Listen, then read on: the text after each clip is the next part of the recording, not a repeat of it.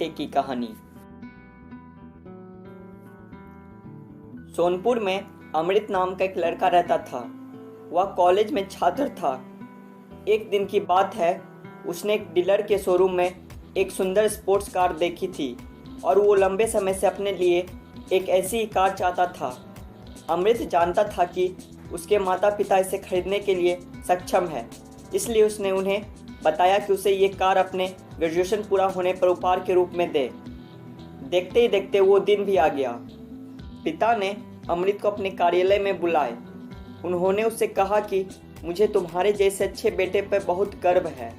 उन्होंने उसे बताया कि वे उससे कितना प्यार करते हैं और उसे खूबसूरत रैपर से लिपटा हुआ उपहार दिया।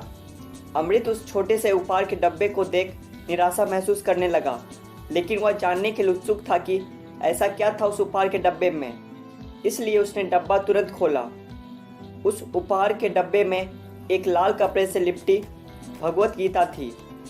भगवत गीता देखकर अमृत गुस्सा हो गया और अपने पिता को गुस्सा में कहा, आप इतने अमीर हैं और आप मुझे केवल एक गीता दे रहे हैं। काफ़ी गुस्से से अपने पिता पर वो चिल्लाया और अपनी नाराज़गी और गुस्सा के वश में आकर ना आगे देखा और ना पीछे देखा।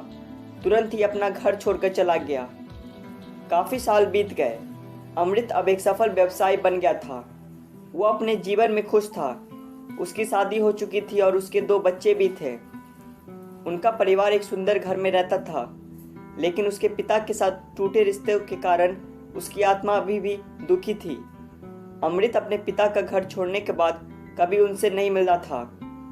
अमृत को उस दिन के बाद अपने पिता को न मिलने का पछतावा हमेशा रहने वाला था, क्योंकि एक दिन उसे एक पत्र मिला जिसमें उसके पिता के निधन की खबर थी और साथ ही ये बताया गया था कि उन्होंने अपने जीवन भर की सारी पूंजी वसीयतनामा के अनुसार अब अमृत के नाम कर गए थे।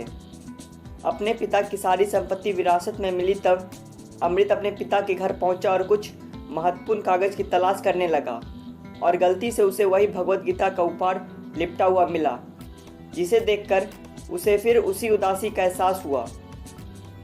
उस गीता को उसने अच्छे से देखा तो उस पर अपने पिता की हैंडराइटिंग में कुछ लिखा पाया। उस पर लिखा था, मैं खुद को बेचकर भी हर सपना पूरा करूंगा तेरा, बस तू सपने जरा बड़े देखना, ये बोल रहा बाप नहीं जिंदगी का सबसे पहला दोस्त तेरा।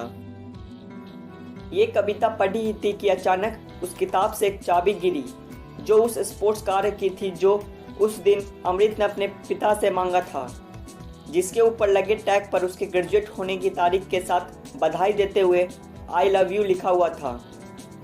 अमृत के सिर के ऊपर से उसके पिता का साया तो पहले ही उठ चुका था और आज उसकी ज़िंदगी की सबसे बड़ी गलती के बारे में जानकर उसके पैरों के नीचे से ज़मीन भी खिसक गई।